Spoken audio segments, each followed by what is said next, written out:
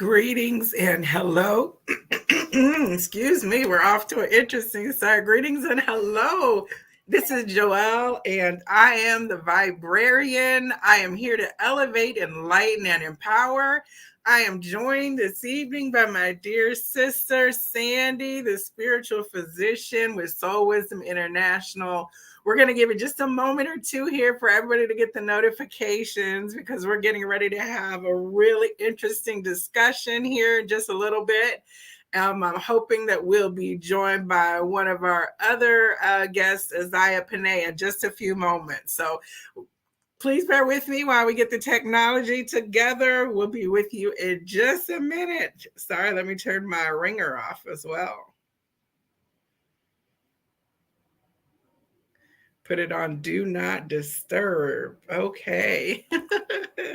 Looks like, okay, here we go. Let's add Sandy back. Here you are. All right. Yay. You're on mute, and then I lost you again. Every time she goes to move the camera, something happens here. Let me look in the comments. Hey, Jackie, thank you for joining. Hello. I'm just going to give it a pause here for a moment while we give everyone, we'll give it till about 8:03, 8:04. Awesome. All right, we've got you back, and we've got space for Isaiah as well. Here we go. I'm playing with the technology. We've got Jackie in the chat already, and I know that some of our past participants of family mapping are going to probably show up in chat. And hopefully we'll have another guest this evening for Isaiah, who works with you in the family mapping. So to back up the train a little bit and just share, this is part of an ongoing dialogue that Sandy and I have been having here on my channel about the work that she facilitates, family mapping, generational healing. And I have participated in this work as well. And we have an upcoming workshop, but this is kind of like an evolving process. Once you have your map done and begin to step into the healing work, it kind of just continues on. We've got folks from Kansas logged in. Hey, JoJo, so nice to see you. Thank you for tuning in. And so, Sandy, let me just give you a moment here to pause and say hello. You're on mute, it says. There we are. Greetings, peace, and love, everyone. It is always such an honor to be here with Joelle, talking about any number of things. You can invite me back. I love it. And excited today to be speaking about the family mapping coming up. Yay. Yeah. So family mapping is a process that we have been going through. You facilitate this work, and it is a way for people to look at patterns that are presenting or situations that may be challenging them within their family dynamics in a way that brings a great deal of understanding, awareness, and healing. So that's a pretty good summary, wouldn't you say, of family mapping? Yes. Absolutely. I agree 100%. Well, we have gone through these workshops, which are an intensive one-day experience. And after you leave, you kind of begin to see family connections and healing in a very different way. And so oh, yay, let me pause before we get into this stream because I do see Isaiah is joining us. So we're going to have a wonderful 3-person panel this evening. I'm going to give her just a moment here to get set up. I think she's nearly ready here. Hi, Isaiah. Greetings, Isaiah. Wonderful to see you. Thank you for joining us. So my panel this evening, both Sandy and Isaiah help to facilitate these family mapping, generational healing workshops, and I participated in one many, many months ago, and that's how I met Isaiah. I met Sandy in community, and then I've had just the pleasure of walking with you both through the healing that has been triggered by my family mapping experience. So, Isaiah, did you have anything you just want to share a little bit about you and family mapping? Yes. The things that it has brought to me in my journey, um, it's unveiled, revealed a lot of things in my family dynamics. Um, it's allowed me and helped me to go through shadow work. Um, yeah. What else can I say? The experience alone is the experience alone to me will help you move through many things in your life journey. Okay, yes, absolutely. I agree 100%. And Sandy, what would you share just before we get into the dialogue here? I am always amazed every family mapping that we do, at the aha moments, at the awarenesses. I am always amazed at the testimonies after the family mapping. It's a constant evolution. You come to a family mapping, you experience it, whether it is your mapping that's happening or somebody else's. There is profound impact, and I love the words you use. The word triggered, Joelle, which can be seen as like an igniting of something, like something that has always been there, but something that actually ignited, like this burning, this fire, this unveiling, this wide open experience. And Isaiah used the term unveiled, revealed, shadow work. You know, it's everyone's experience is very unique, yet there's always a beautiful silver lining connecting each and every experience. And so I'm grateful to be a part of this experience with both of you all, and excited to move forward and invite everybody to our upcoming event. Oh, yes, yes, September 29th. And I have some information about that posted later at the end of our conversation. But what I thought would be helpful, like the last couple conversations we had, our last one, we watched some video clips and the topic was secrets and shame. And oh, that was just really sensitive, right?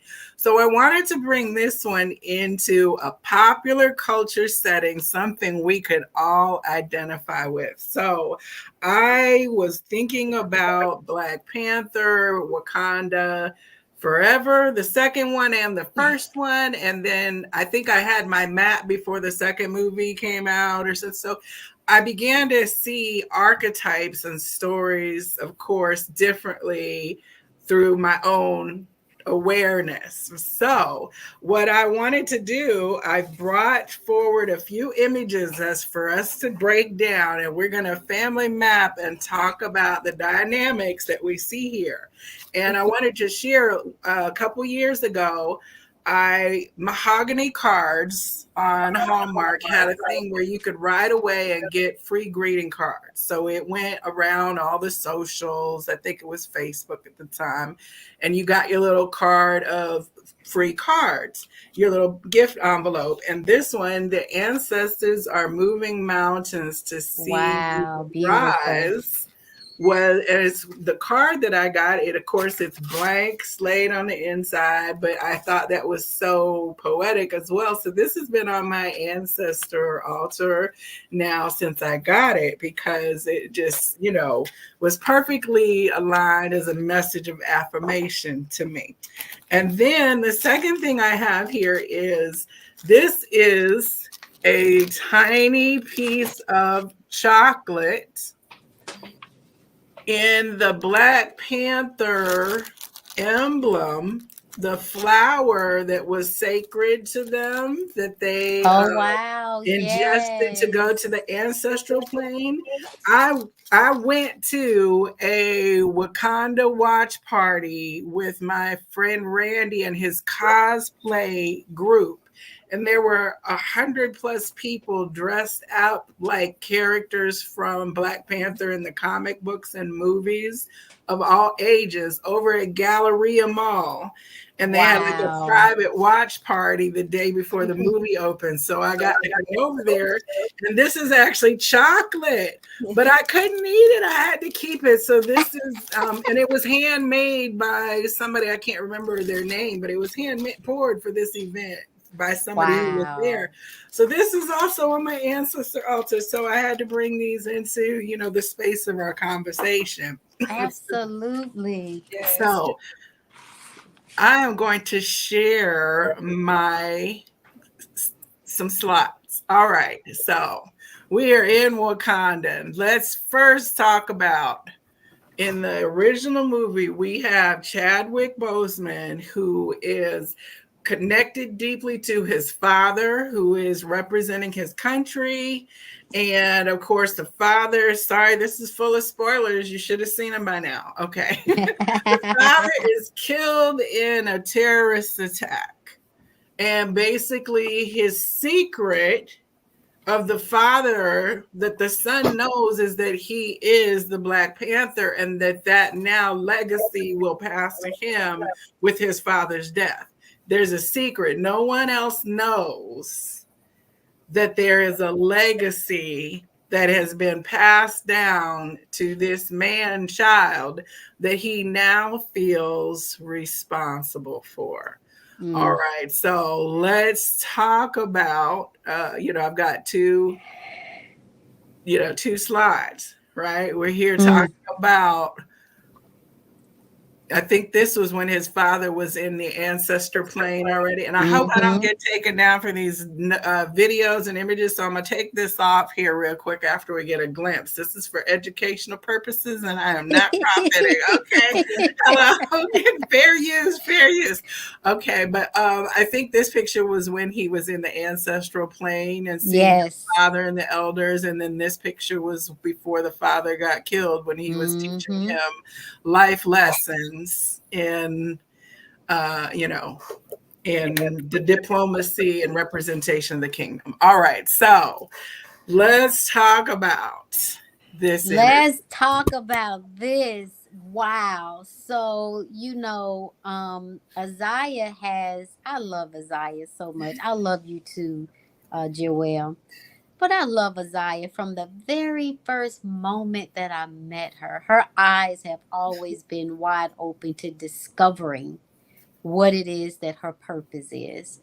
And so, as we talk about Black Panther, you were like, Isaiah, she comes to mind. I mean, even when you just look at it, don't she look like one of the warriors? Yeah. One The of the women adorable Isaac. warriors. Right. But I like Yes. to think so from the pictures that you've shown so far. When I think about Isaiah, in the Black Panther, it is a biological son, and it gets real deep because there's another biological son, but we're not going to jump to that just yet because that's where the real family mapping come in at, Okay. right? That's But we're going right. to stick with this for a moment. Isaiah for me is one of those. So that scene that you saw with the father hand on the son's chest, that symbolized much to me because right at that moment there was a transference of energy. So we didn't know what was going to happen the scene right after this happened, but that was already a transference of energy. And the son, Chadwick, didn't realize, the Panther Junior didn't realize what was about to happen. But it's almost like, the setup was, I'm putting my hand at your heart, you know and with all energy, we know energy never dies, it just transfers, transforms and transfer. So as I'm looking at that scene, I'm also thinking even about Isaiah, because Isaiah has been studying with me outside of family mapping many healing modalities. And most of those healing modalities include a touch. Mhm. And so I thought of her as I was watching that touch, because there's been a transference of energy. Now, let's talk a little bit about family mapping. Let me also just insert before Go you right look, ahead. that song Grandma's Hands, right? When you think Yes. about how your grandmother's hands helped you learn how to touch the biscuits, Hmm. Yes. or how Yes. to braided your hair, or the granddad's hands that taught you how to tie a tie. Those touches that were transferring unbeknownst to us as children from Mm, the elders in our family, right? yes. So let me back up and do this thing properly. I have to give honor where honor is due.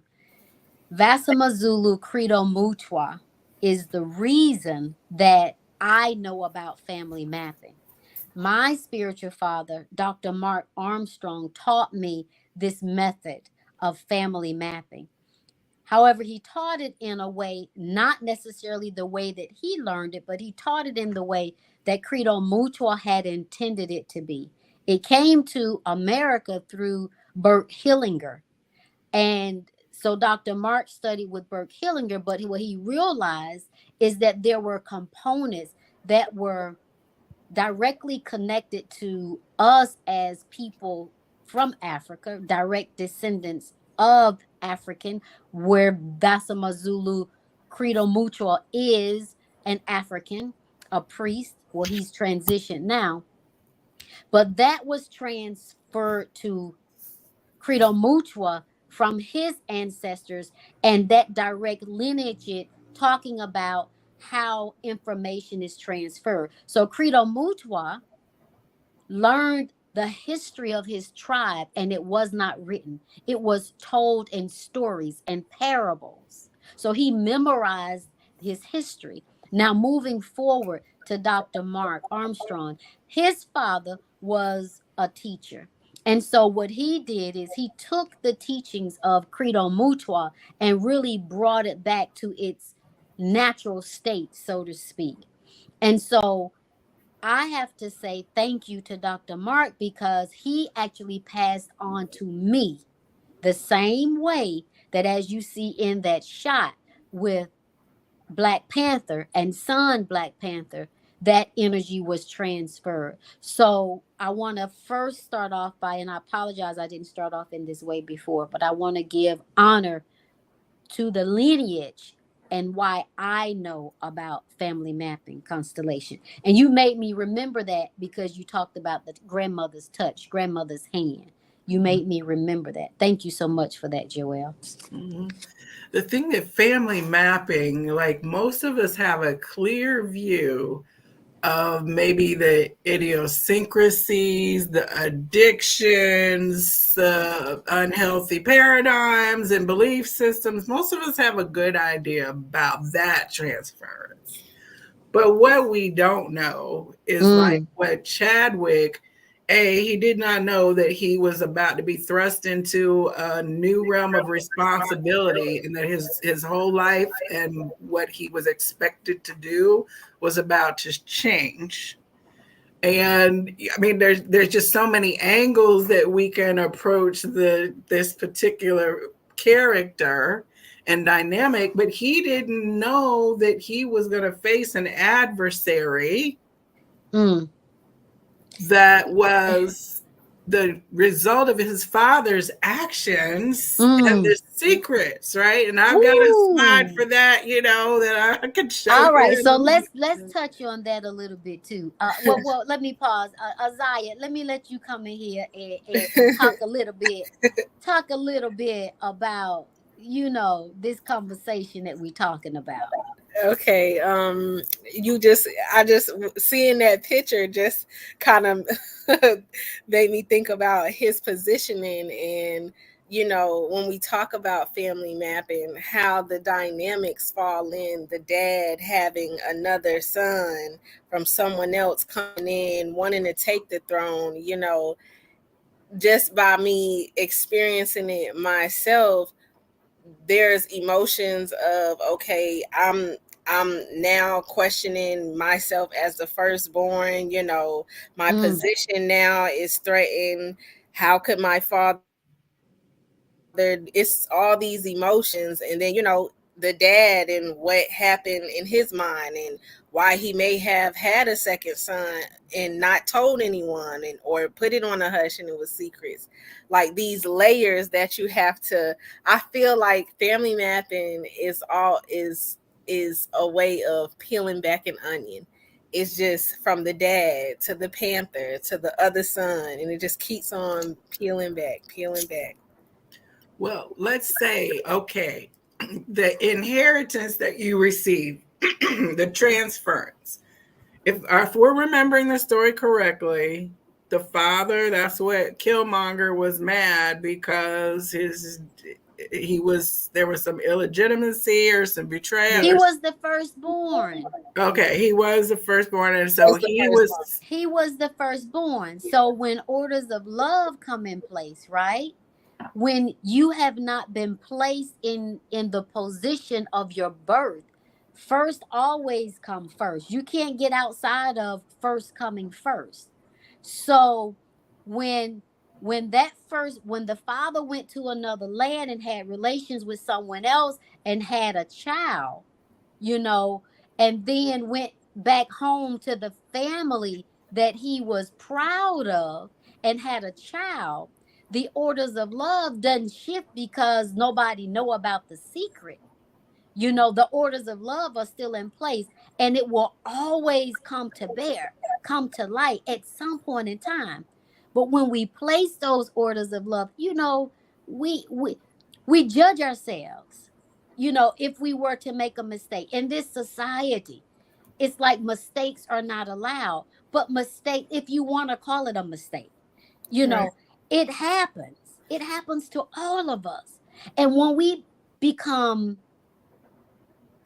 I guess, in tune enough with self to know that everybody under the sun have something, and when we all can accept the fact that my something is no better or worse than somebody else's something, the secrecy can begin to unfold and unveil itself in a healthier way. Not that we condone situations and circumstance, but it allows everybody an opportunity to be authentic in themselves. Then what happens is it goes forward and it goes backward. A clearing happens. The mistake is unveiled, the clearing began, and then the family can begin to heal from the mistake. That's what family mapping is about. It's about helping to, so to speak, correct what was hidden for the individual to be able to heal through it and then no longer live with that and repeat that same behavior. But as long as it is a secret, it's the secrets. Well, here's interesting because okay, Chadwick's character, he did not know in his death that his partner had kept his son a secret. Right. Father Panther. Okay, Yeah, so like Father T'Challa Panther. didn't know that the little lady had been keeping his son. As the matriarch knew, Angela Bassett, she knew about Yeah. that the women kept the secret from the larger public to the very end. But Chadwick didn't choose to keep his child secret. Yet it's the same pattern that his dad had done, repeating itself without his per se contribution. Yeah. That's how Listen. the energy is funky because you think you can shift. Like I cleared Oh. it, and it's like, oh no, Oh. no. Truth will always prevail, no matter whom or what. It will prevail. I love what Isaiah mentioned. She said in her family mapping, even herself, she felt displaced because thinking she was first. You understand? thinking that you're first. Now, guess what happens when you think you're something and the reality comes out that you're not what you thought you were? Yeah. What is the healing process through that? Most people say deal with it. Well, you figure out how much stock you put into that identity. Yeah. Whoa, that's a Like, whole nother because I conversation mean, right some there. people may not like really realize the way that birth order plays out. And they may be oblivious to that kind of theory, and it may not be like, oh, a loss to them in their conscious mind, but the subtle shift of the puzzle pieces has happened internally, whether the Mm, conscious mind is ready to bring it to that person's operational awareness or not. that part right there, Joelle, you just Yeah. said a mouthful. Whether you're ready or not. Whether you're ready or not. I feel like it's like dominoes. It just, and everybody gets hit with whatever the vibration is. I mean, personally, so I'm an adopted person. And so there are all these things of bringing, into family others, but like in the bloodline kind of inheritance issue, it then matters not how you're raised, it matters who you're biologically related to. That's always a little trick in the movies, right, with the illegitimate son coming to claim, from the mistress or whatever. But as an adopted person, looking at, people say all the time, oh, do you want to go find your birth parents? Do you want Mm, to go connect? And I'm like, you don't understand what you are asking if I'm ready to undertake. The answer is too long.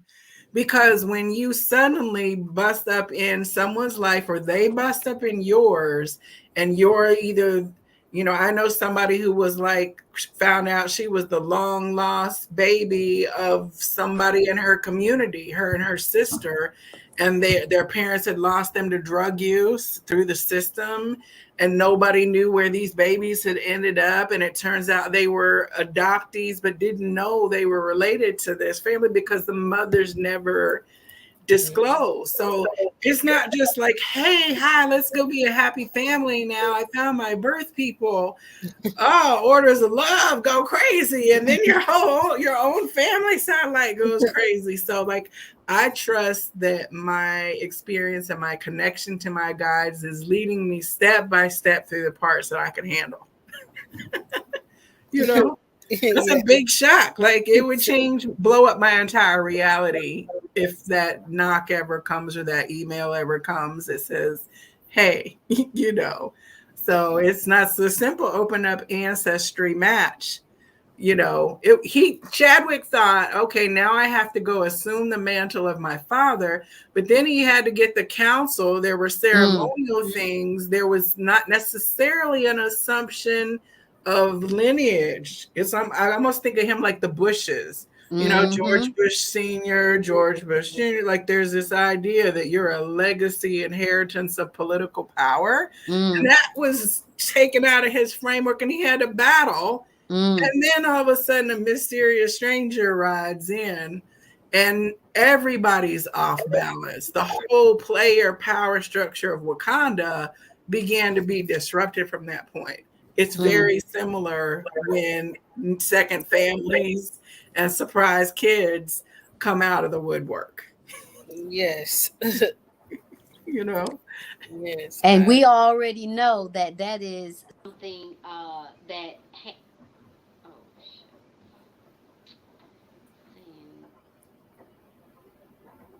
I think you went out on us. I think she's logging into another. Uh, Here we go. Oh, there, we're back. Can you hear us, Sandy?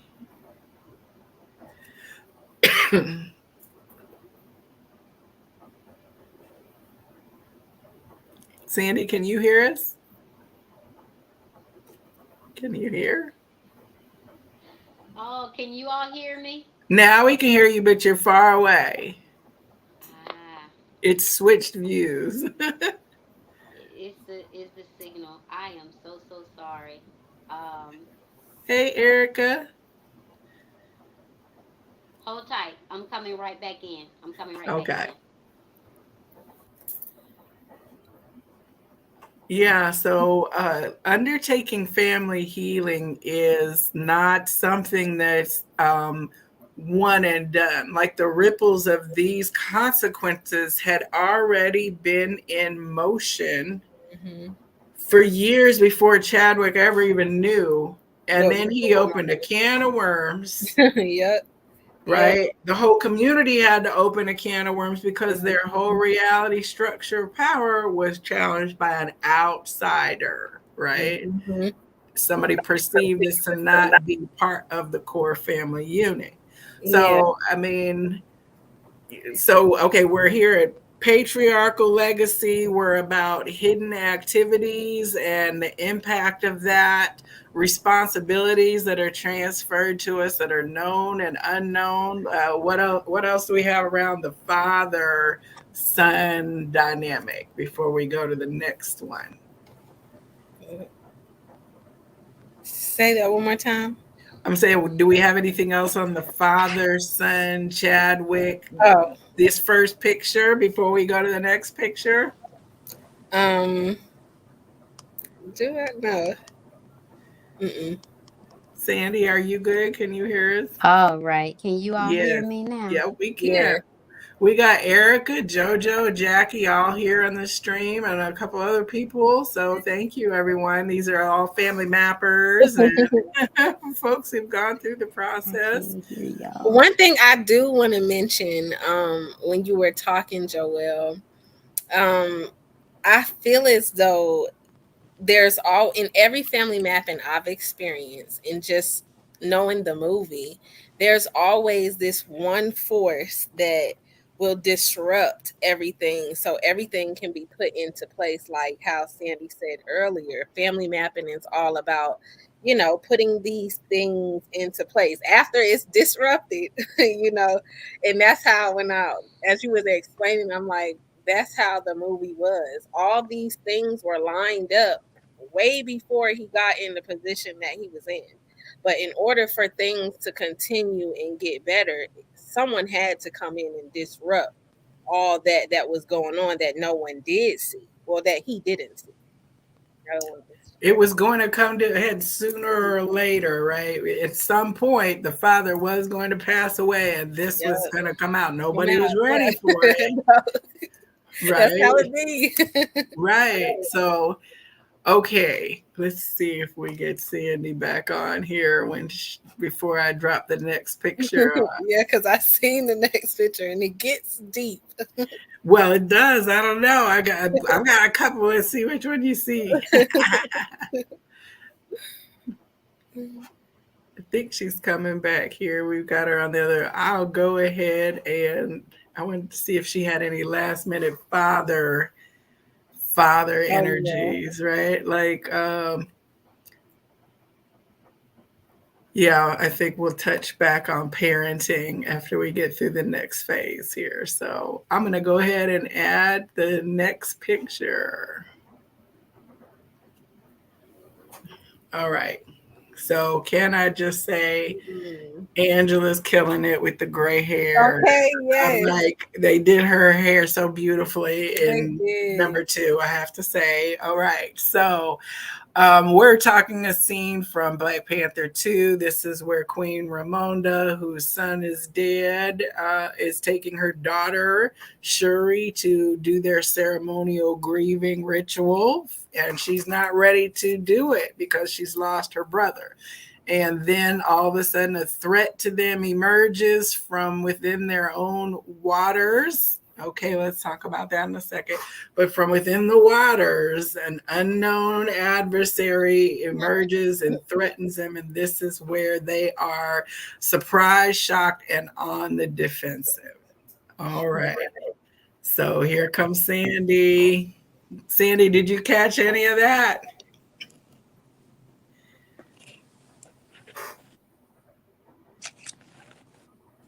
I think there's a bit of a lag. Yeah. Well, I'm going to take it down because, of course, okay, she's on mute. I think she'll. Can you hear? Can you hear us? I think she's frozen again. Oh, there she moved. I know. I feel like I can hear her. I can't hear her. Oh no, It's she on okay. mute. Yeah, I it says see she's on mute. the mute button. And it's on her end. I can't unmute her. Oh, okay.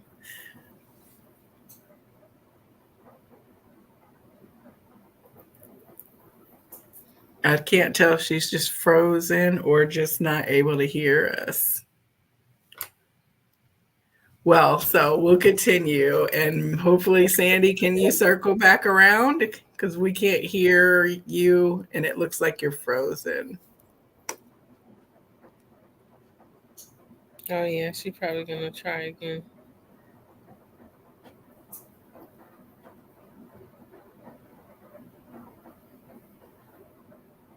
Yeah, it won't let me bring her in. All right, so coming from within the waters, I'm going to hit that symbolically first. Okay. Something came up out of the emotional state. Mm. Like, usually that's what happens. Something comes up in us, our shadow. Here we go. That shadow. We got to get you back. Are you back? Yay! Okay. I don't know how much you caught any of the queen. Did you catch any I of saw the? the pic. Yes, I saw that picture. Okay. Okay. So what I was saying is that, she and her daughter were out, and she was bringing her daughter to have the sacred honoring grief ritual to let her brother go, and the daughter was not ready to do it. She was still mad, but she was forcing, as a mother would, her to enter into the space of grief. And while they're doing that, something rose up out of the waters, and unbeknownst to them, shock and awe, surprise, began to threaten their reality. Another hidden thing, a whole kingdom of things that was previously unknown, that had Yes. access to parts they thought were secure. Mm. And it arose up, and then they had to begin to live life differently. So I was saying something rose up out of the waters, out of your emotions, out of your feelings, out of your pain, out of the wounded experience. Something unknown to us has the opportunity to arise whenever we say yes to spirit, that we're willing to undertake that exploration. And All right. that show up. Thank you so much. That's so profound. Thank you so much for bringing that out. At every phase of my life that I have gone through, no matter where you get in life, you learn so much, and yet there's still so much to learn. And along this journey, for all of us and many of our listening audiences, when we say yes, we'll go, or yes, we'll do, or yes, we'll be the one, we're saying it really from the perspective of a limited understanding of what we knew before, with the expectation of what we're going to enter into is going to be something similar or the same of where we've just come from. But yet, that's when we realized even the queen had, like you said, no idea about everything that the king was managing. Mm. And he Right, didn't divulge it because he thought himself that he was going to be around a little bit longer, possibly. right, And maybe at some point in time have an opportunity to share that. Maybe, maybe not. I don't know. But this is a wonderful example that everything that we see is not what it is. And everything that's not what it is not what we think it is. right, right, You know? And right. and and and so there again, so how do we move through secrets? Because it's a scary thing, Joelle. When it's me with something that I feel bad about, I'm judging myself, about, and then I surely don't want others to judge me about this one thing. How do we move through that? Like, family mapping, you kind of like walk up on it like, Hmm. whoa, you know what I mean? We offer the space, a sacred space, and those who are there to help you, like we're holding you while you walk through that space, right? We're finding out about other people's stuff and how it created the person that you are. But what about when it's us? What can we do? Because now we understand how the patterns work. What can we do when we are fearful, ashamed?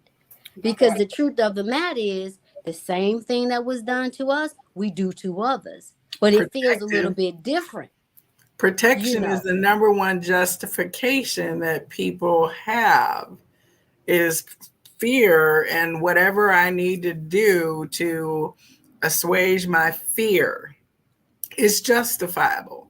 And that means keeping that secret.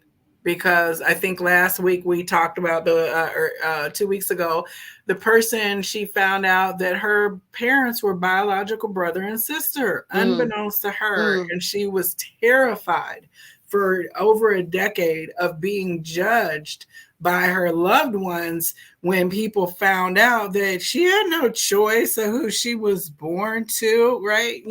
But she was so fearful to finally admit. So she was going to go to the grave with the secret if she had not finally got so pent up that she had to tell someone. And she never had kids because of what she found out. So she stopped the perpetuation of that energy, but like her own shame and fearfulness and stigma and judgment, I'm sure, operated in her frequency with everyone that she tried to nurture and connect with, because it Mm-hmm. was part of her. Yes. um It's freedom in being transparent. It's what freedom. It's that thing, if you want to say bondage and shackles, and I feel like there's a weight wrapped around my ankles in life where I can't move freely. It's those things that you cannot see because there are really no shackles around your ankles. It's freedom. And it doesn't mean that you got to go and share it with the world. Find somebody that you trust. Mhm. well the first thing that happened when the secrets started coming out was more responsibilities came at first. Mm. Mhm. Like, you know what I'm It saying? hit you Like, like a ton of bricks. Mhm. yeah, like, oh, now I gotta do this, and I gotta, wow, there's a whole trajectory of things, but it does resolve, over time. I think Jackie is in the chat here. We have your wonderful interview that you did with us before on this, Jackie, but you speak about having the weight of something lifted just through revelations that were able to come through the map.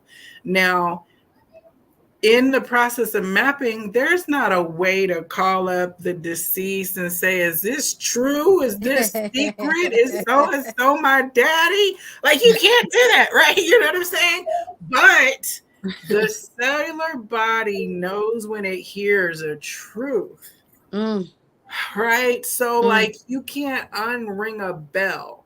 So, when something comes up in map and you're like, whoa, wait, It's whoa. undeniable. Yes. It's like the truth comes down like a ton of bricks. It's present, whether the individual is present or not. You know the truth. It's like in your soul. You just know it. When you hear it, you Well, know it. when Killmonger came up to stake his claim, it was like, Uh-huh. Yeah. Uh-huh. Like what look. The question became, what do we do? Like, what do we do? You are here.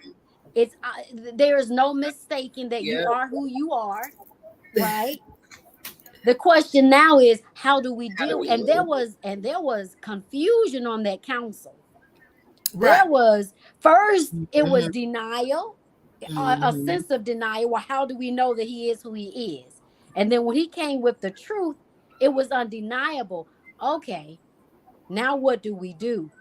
with this truth. It's almost like, how do you unravel something of a secret that is not even of your making, so to speak? How do you unravel that?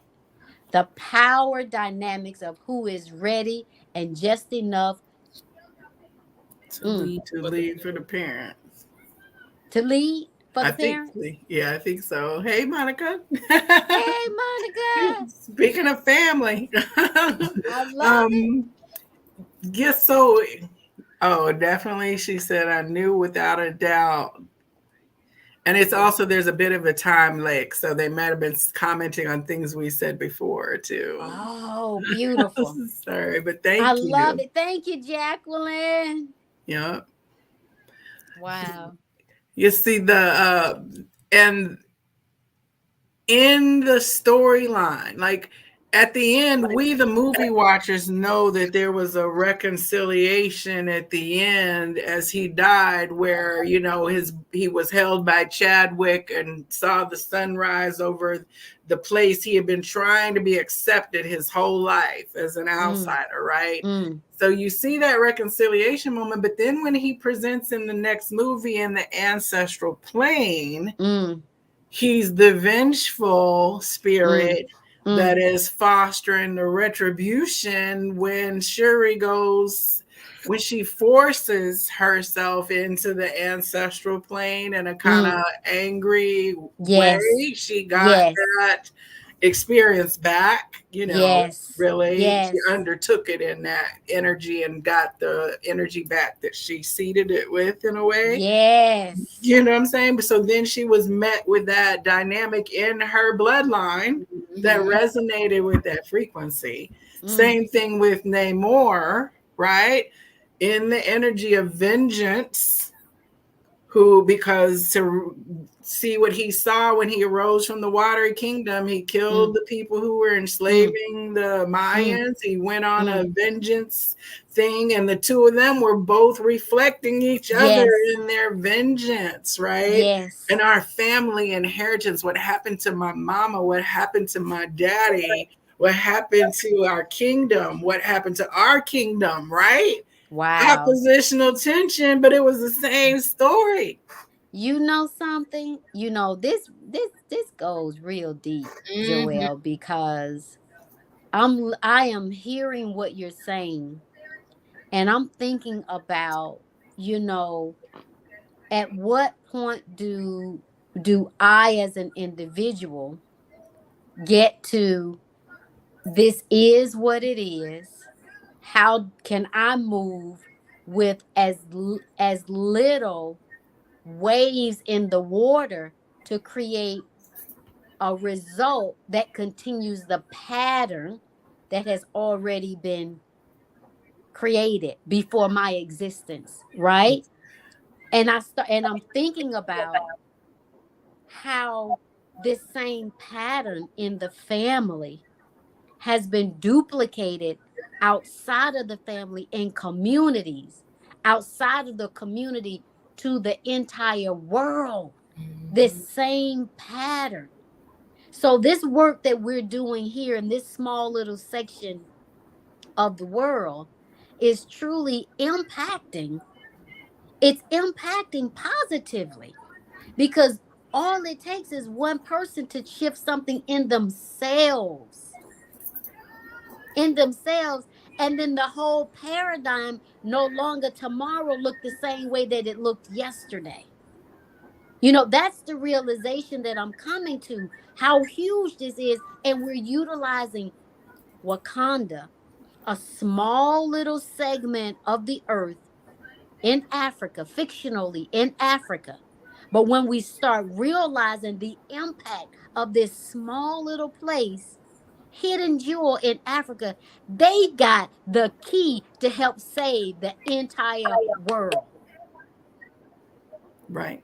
I mean, it's And it it, it, was a lot of it was through their connecting with ancestors as part yes, of their their way of life was to always have that persistent connection and practice through that flower that we talked about, before, to remain in communication with the wisdom. Mm. And yet most of us try to forget, or if we don't forget, we're so disconnected to who the ancestors are, like, when we're doing family mapping, I always will ask, bring one of your ancestors, bring a couple of your ancestors to the family mapping. Let's put them up. Let's give them space. Let's allow them to space to express.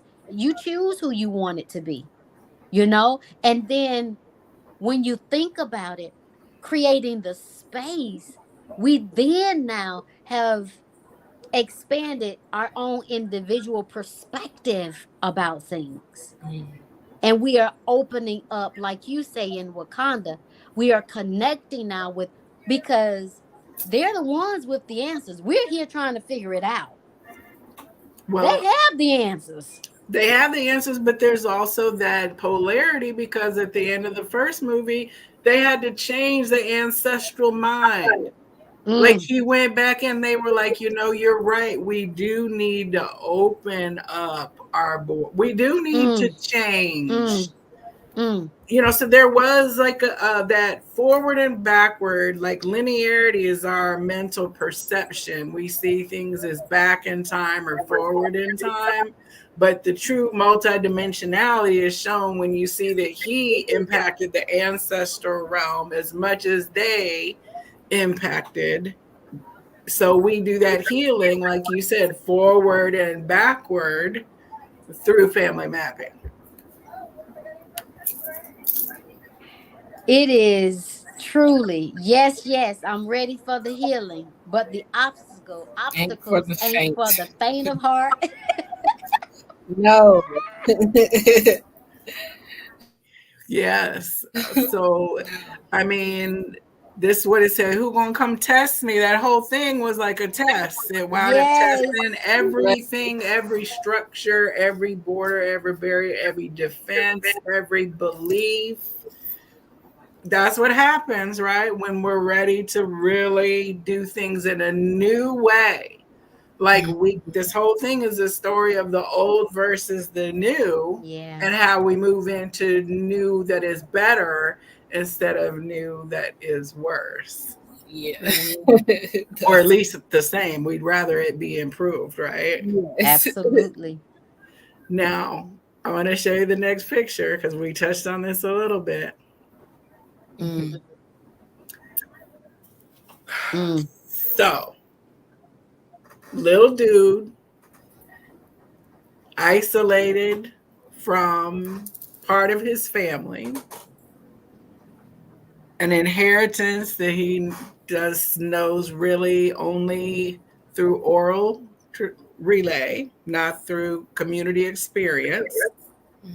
He's been kept a secret from his auntie to protect him. All these decisions have been made, and yet he's being told that he's a future king, right?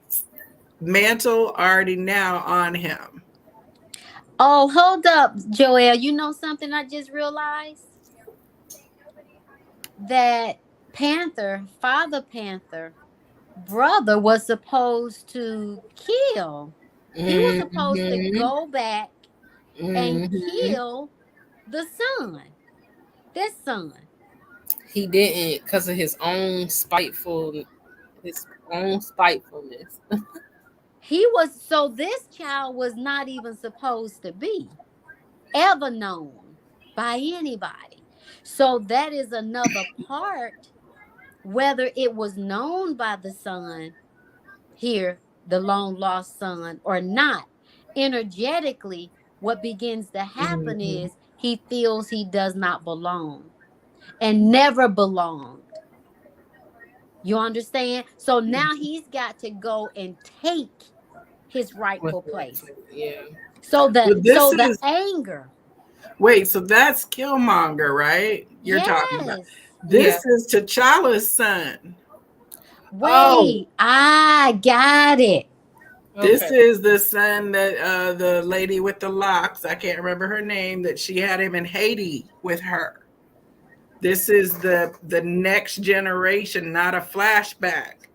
Oh, Oh, This got is, it. yeah, You this know was what? I thought this was, remember the scene that he was looking up in the sky when he was playing basketball outside? mhm. yeah, That no, looked like him. Okay, okay, this is okay. little baby T'Challa, whatever. At the end of the last one, I cut her out of the Oh, picture. I got This it. is the new generation. Ooh. So So now we repeating Mhm. something. yeah, he's separated from his part of his family. Now she's his family, and she's from Haiti, like right. So she's at home with him, but protecting him, and the family doesn't even know he's existing, Mm, mm, and he mm. doesn't know anything other than the legend of his daddy, but not the messy man, right? Guess what? Who Guess what should, just happened? Guess what just Mhm. happened? The same thing like you were just saying. The same thing that happened with Killmonger. The same thing that's same thing. happening. And Chadwick didn't even know what happened with Killmonger. That, you know what I'm saying? So it Right. skips around out of our view, right? But it's still energy. People think that we Mm, marry people accidentally or we birth kids with Mhm. people accidentally, Mhm. but it's our bloodlines bringing energies together to resolve a certain lesson in energy experience. mm, Like, what does it mean to be abandoned? What does it mm, mean to be addicted? We're all learning these archetypical lessons. What does it mean to fall in love with someone and bear a child and you're also in love with someone else? mm, What mm, does it mean to decide that you have to cut off your family in order to protect you and your child? mm, What decision did you make for your child? Like, so we're mm. exploring all of these things, and we accept it as like a great storyline Yeah. Yeah. because it speaks to all of us. We can relate to it. Right. Right. Right.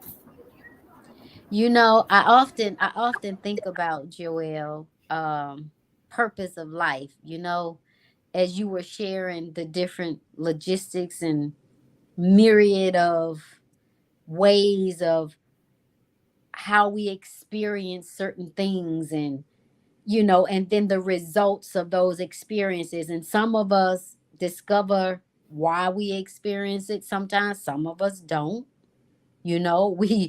We transition and go on to the next or what have you, and we still are clueless. So I often think like, this purpose, why are we here with all of these experiences? And one of the things that have come to my mind, we can dissect it and talk about it, but one of the things that often come to my mind is, I truly believe, so that we can get to a point of no judgment.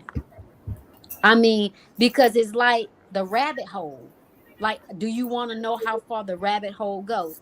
You can continue digging forever and ever and ever, and you'll see the Mhm. duplication of the things that you already saw. But truly, after you've experienced something, you've gotten that emotion, and then you have another different emotion, and then you realize an emotion that you had last year is the same emotion that you experienced in this year. At what point in time do we come to the place to say, you know what? Does this even truly matter? So we come to a place of experiencing things and discovering things to ultimately come to that place of healing and releasing and going, you know what? Okay. You know, it's okay. It's okay. How can we get to that point? Once it's revealed, you already know what the end result can be for complete healing, so to speak, or complete, I guess, a complete transformation. You know, this way helps you to see it and move through it, and then go, you know what? Okay, I get it. It's cool. I came from this. This happened to me. You know what? I'm not saying and justifying that it's okay, but it's cool. That doesn't change the person of who I am. You know, it can take like real talk. It can take good therapy to get to it's cool. Like, let's not sugarcoat and act like okay, an afternoon of work is going to boom give you all the tools you need then to like get to a place of forgiveness. Like, this, it's not magic sauce, right? It really isn't. Like, there are deep-seated traumas and things. Like, if you're dealing with a family pattern of molestation, right, getting to a place of non-judgment, it may not actually be this lifetime, honestly, that you can feel compassion, or you might need like a lot of intensive therapy with a professional who's versed in like a regular modality that's specific to trauma like that. Because we don't just be like, oh, really, honestly, ho'oponopono, I forgive you. It's, you know what I'm saying? We're talking about alcoholism or introduction to drugs or things at a young age. Like, we're talking about like pretty intense things.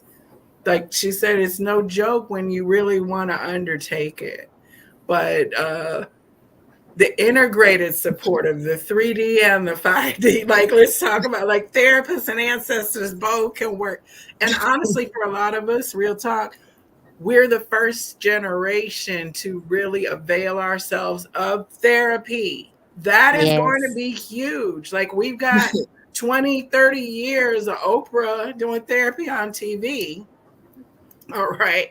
But uh, now, even men who didn't have the language of being able to go talk to somebody about their feelings 2 generations ago, still living, grandfathers probably weren't in the therapist's office.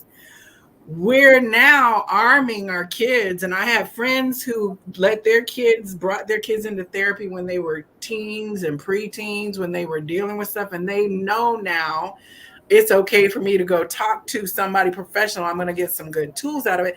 That's going to be a huge shift in all of us, Yes. the consciousness, because we're getting better at Yes. healing, the job of healing, right? Yes. It's the unraveling. It's an unravel. Mhm. And the truth of the matter is it actually can be quick or not. It just depends on what you need. Oh yeah, bingo. Ancestors need healing too. Yes. That's why we're here. They say the fruit, we the children get to enjoy the fruit of the tree. Like, I love this beautiful tree in the background. You know, the ancestors plant the tree and then we the children get to enjoy the fruit. It can be simple, Joelle. It can be. It's not as difficult for everybody as it is for some people. Some Right. people are ready. I was just about to say that I believe it is truly depending on the person and how ready they are. Like, no matter what they have been through, I feel like it depends on their mindset and if their perspective has changed over the years of it not going well. When you find a source like this to work with and you are ready, I feel like it can be easy. Okay. I mean, every experience is unique. I think you said that in one of our little interviews, Sandy. I've got that quote that Yes. I've used, that everyone It can, has so something different. yeah, I don't want people to think that every, we've got all different colors and hues and ins and outs Oh, and yeah. beautiful, it and that's the other piece. I don't want anyone to judge how they experience this process. Yeah. Right. You don't look at somebody else and go, well, oh, they seem to have been able to just have one session and then, they just seem, no. We all experience experiences differently. So be Well, kind to yourself. I think the mapping circle itself winds up helping that, because you can be in a map with somebody who's going through something that is so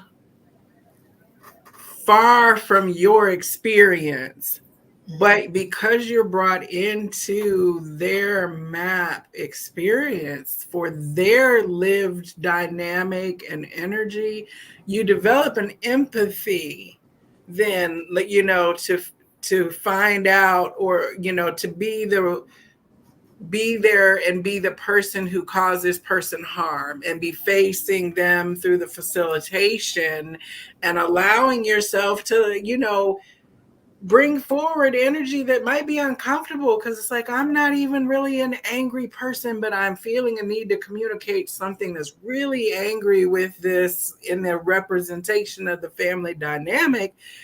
That can be freeing, because maybe I'm not angry about that particular dynamic that the person is talking about, but I can relate to not being able to maybe express anger to a close loved one.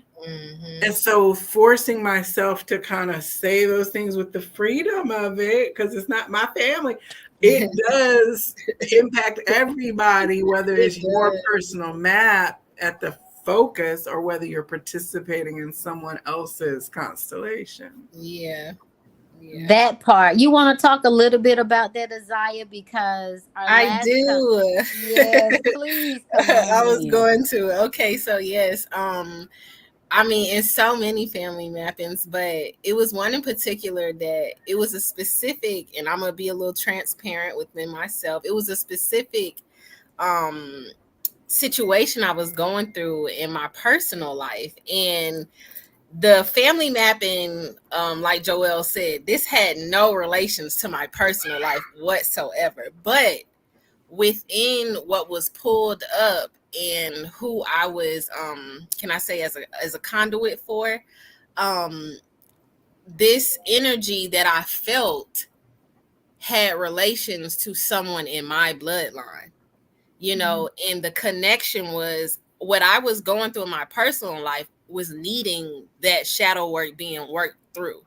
And I couldn't figure out what I needed to do until I went to this specific family mapping that had no connection. I'm like, this is nothing, my life is nothing like this, but there was an energy Mhm. that was connected to something in my life, in my bloodline, that I needed to work through.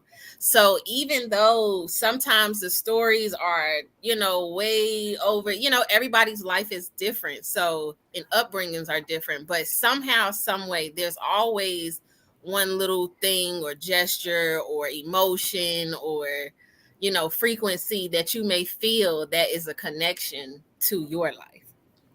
And I want to say thank you for sharing that, Isaiah. And I also want to say that in family mapping sessions, um, you really get out of your logical mind as the play continues on.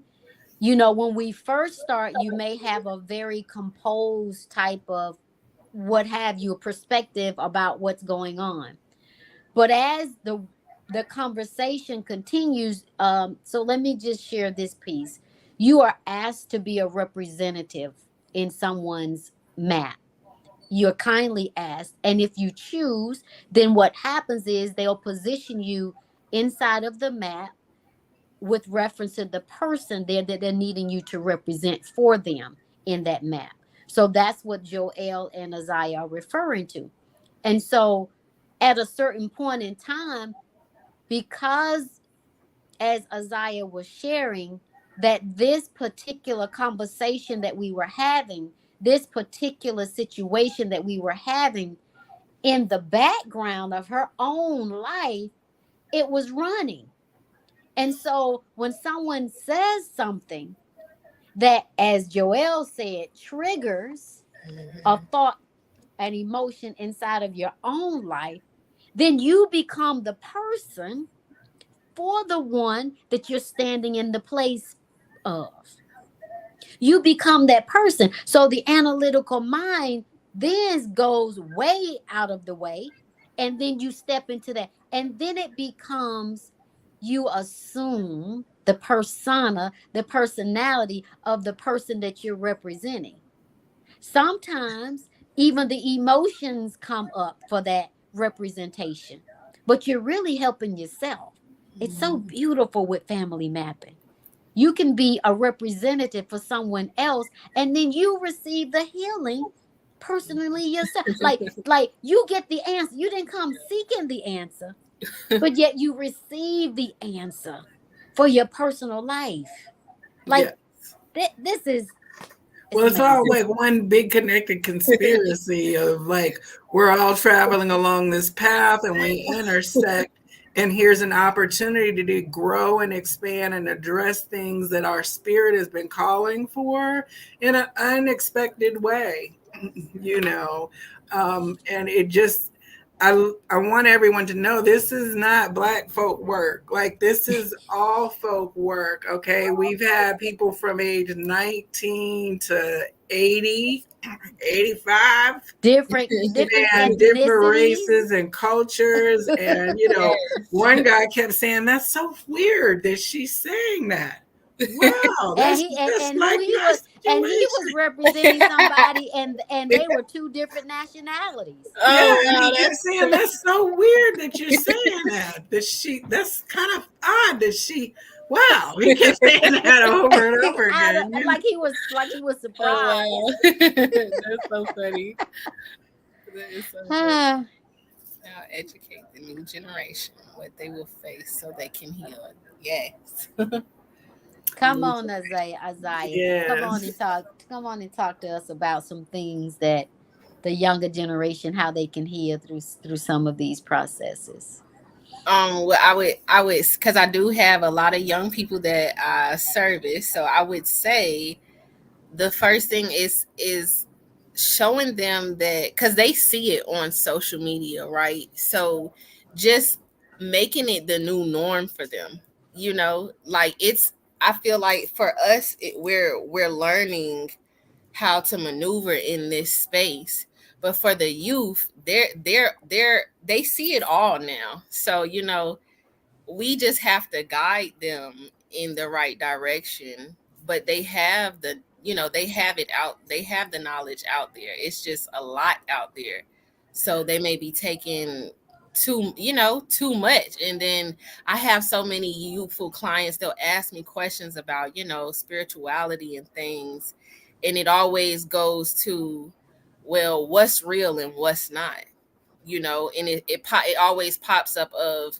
these kids are looking for something, and we as the adults, we're not really, we're busy doing our work, so we're not focused on them. So they're doing whatever, they're doing whatever, but they have the knowledge, they just need the right guidance to place them where they need to be.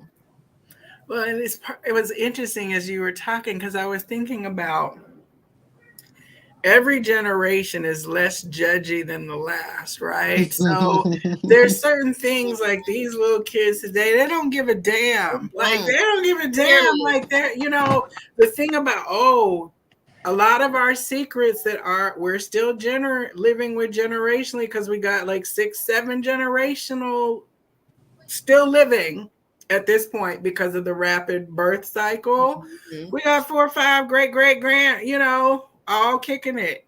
So that idea that there was something shameful that needs to be hidden about a pregnancy outside of a marital situation, that's gone Yeah. for a lot of people. It's still not for others, but in general, the young folks aren't as attached to Mm. propriety and Piscean era structures and domestications. Hierarchy. Go ahead and say it. Yeah. Yeah, Hierarchy. They're like, no, you they're like gotta earn your respect. Yes, that that is, that yes. idea that I'm a sinful person who is prone to things that are wrong or problematic, or why they're not dealing with some of the same hangups about Mm-mm. sex, Mm-mm. about stuff. But then that also means they may not know that something is actually harming them. Like, their early sexualization may be inappropriate and harming them, but they don't know that Mm. because they're like, I didn't know, I don't care. We see it all the time on TV. It's just sex, right? but unbeknownst to them, they're repeating a pattern of a problem or a wound or an unhealed thing where it hasn't been aligned, and it's been hurtful in the family in the past when someone has exercised their sexual freedom. And they don't even know that they might be headed for an abandonment experience because this person 4 generations ago was put out the family for being sexually free. Right? Like we get into the changing of the Yes. beliefs that we're structuring the secrecy and the trauma responses. And we've evolved out of some of that, but the pattern hasn't evolved. That's right. That's really profound what you just pointed out there, Joelle. So, you know, a lot of the promiscuities that were shunned, we look around with the younger generation now, like you say, and promiscuity, what, I think that word is about to be erased out of the dictionary. Like, And I what don't there, disagree like with the fact promiscuity, that like, it should be. I think it should right. be because it's a judgy criteria that It supposedly is. means something negative when it's not. So that's a good thing, right? Yeah, yeah, yeah, But yeah, yeah. we see then where patterns can reemerge where it's still being unhealthily. So basically what you're saying is it's the energy is still present, but the actions have not changed. The energy is still present and flowing in that direction, whatever birthed it, an outcome of a child or what have you. The results are still here, but yet the outward appearance, so to speak, or the outward, the vocal, so you just said something that makes me think on something, Joelle.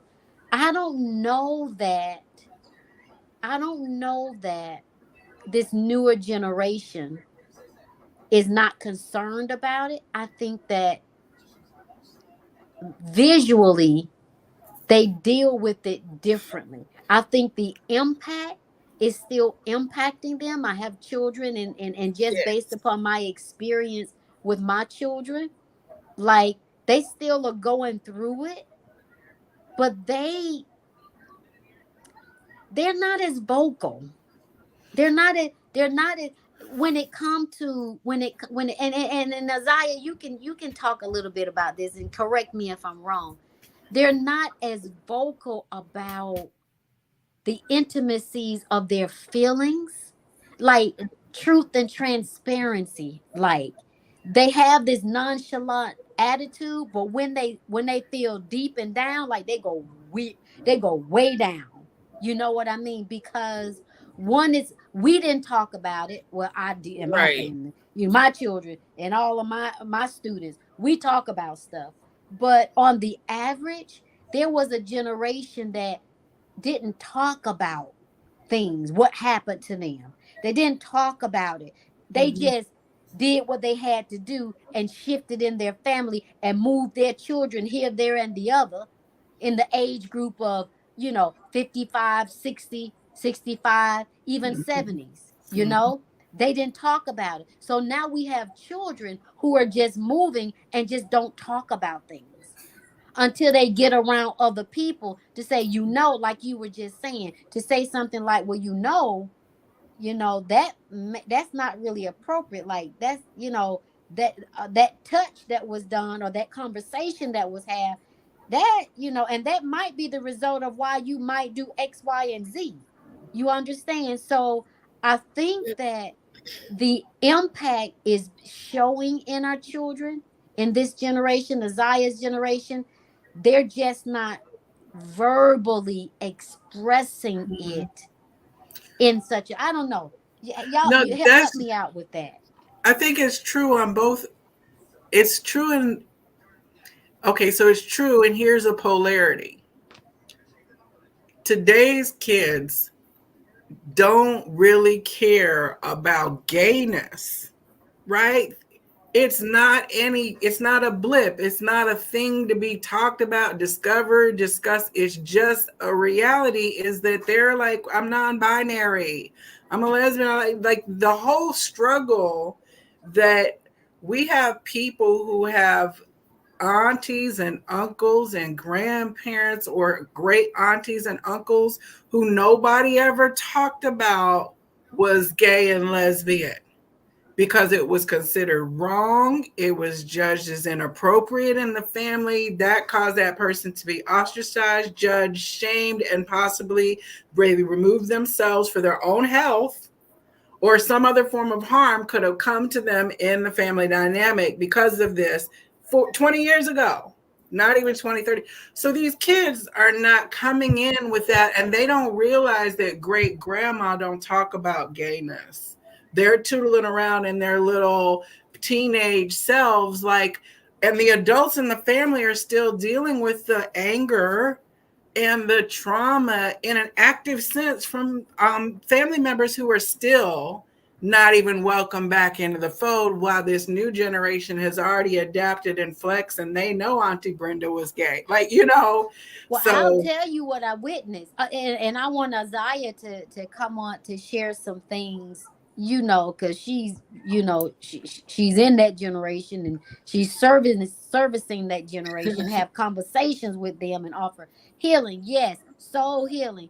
What do you think about this conversation, Isaiah? Because we're very passionate, as you can see. Yes. Well, I know. I'm gonna speak on the generation right after me, the kids, the children, and then I'm gonna touch on my generation. The For the children, you had mentioned, I don't know which one of y'all mentioned it, but the whole lack of communication because technology has become so big. I watch them, but when they are getting serviced by me, you have no choice. You have to speak up for yourself and you have to talk to me so I understand who you are and how we can coincide together. They don't know how to communicate because they don't have anyone to communicate with except themselves, amongst themselves. And you had mentioned back in the day there was, what did you say? It was, you don't speak, right? Yeah, Now you experience and you just don't say nothing about it. you don't. Back then it was you don't say. Now is I don't want to hear it. Like, I hear most of my children who come to me, their parents just, they don't have the time to hear what they got. They, none of the parents are listening to the kids, so to the children. So you know they don't know how to hold conversations. They don't know what to say. They don't know how to move through their emotions because they don't talk it out. Half of the battle is you can think it, but you have to walk it. You got to say it. You got to be it. And they don't know how to do that. Then with my generation, I think sometimes we're a little bit fed up at the generation before us that now we have so much to do that we're kind of doing this on the left hand side, and we also have to bring the ones on the right hand side. So we're in this limbo of, you know, can I say damned if I do, damned if I don't. How old are you, Isaiah? I'm 30. See, I think that it's interesting because, like, the Generation X bridge is very wide. It is. Because, like, my generation would be your parents, honest. Like, I'm Okay. 52. Okay. So a Okay. lot of my peers have kids, 28, 30, the late bloomers. So we it's like you don't know what our mamas and daddies was like. Like, you know what I'm saying? Like, Right. you talk about when you had, we eased the gap too. So we're all kind of like that Generation X bridgers, so to speak. And we Mhm. came here really to do this work on a level. But I had to take some of your little coattails away there because I'm like, you just don't even know how heavy it was. Okay. She's like, why do we have That to do so much work? I'm like, listen, are you let me kidding? tell you, let me tell you, and I'm a little bit older than you, Joelle, and every single generation says the exact same thing. I know, right? We That's had to bad. walk 2 miles to get to Right. school. You know what I mean? Yeah, Y'all ain't had nothing. And then the generation before that is talking about we had to work in the fields from sun up to right, That is sundown. crazy. You know what I mean? right. Well, I can tell That is you wore pantyhose to work. You can't say anything to me. that is funny. No, but So it is a rapid.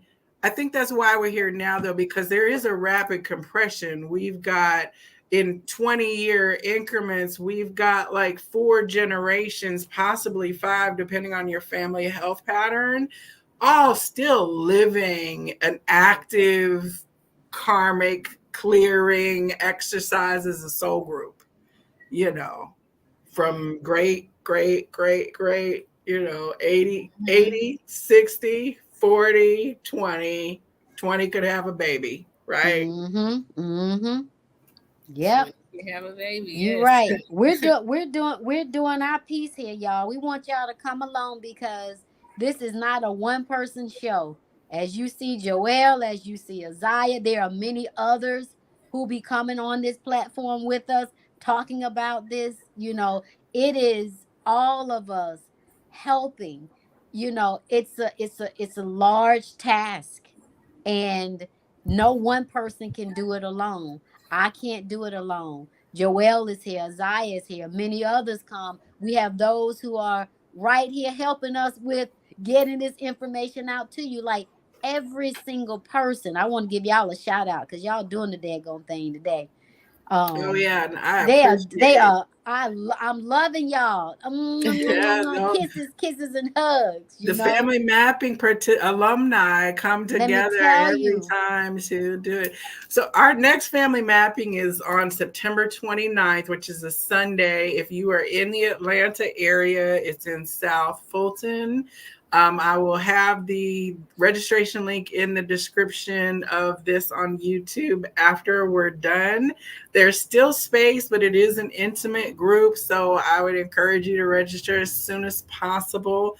We do have another date in the works for the fall, but just allow yourself to be guided in the perfect way to attend when. Just pull the trigger when you're ready, because there will be something there that's at that particular convergence with that group of people that you'll fit perfectly as a piece of that work. I promise you. So We we've gone need on an you. hour and a half almost, and I Yes. feel like we could go through Wakanda even more because there's a whole lot of things, but I feel like we discussed some really good points today. Indeed. Indeed. This has been, eye opening for me. I'm always learning from you all. I am, as I mentioned in the beginning, so grateful to be on this journey, doing this work, or this work doing me. I'll put it like that, because every family mapping is different. None of them are ever the same. Press the button. Don't be afraid. We are here to support you. We're here to walk through with you. Um, it's just some time, investing a little bit of your currency into a lifelong shift and change. Your life will never, ever, I mean this, be the same. And that's a good thing. It's a You good like thing. like Yes. like like people say, continuing to do the same thing over and over is considered insanity. Put Yes, some uniqueness and some shifts in your life, you know? absolutely. So I'm Absolutely. looking forward to seeing you all. I Well, and really am. we will be back next Thursday for a conversation with you and Shirley Marie, and we're going to be talking about the intersection of traditional therapy and the ways that we cope with life and trauma.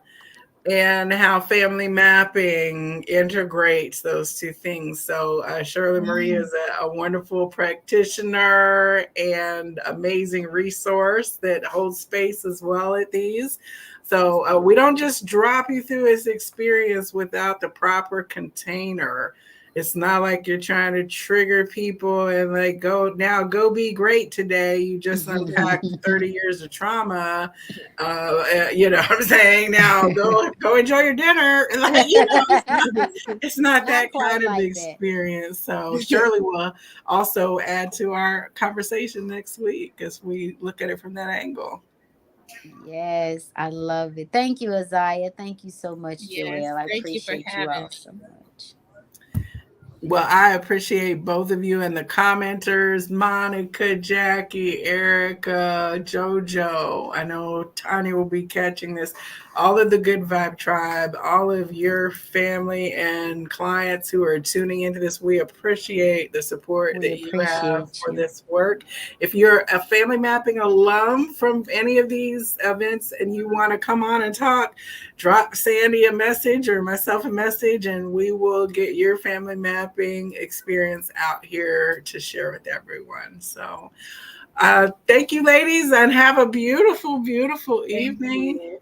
And Good we'll see you night. all on the 29th in mapping. All right. Good night. Good night.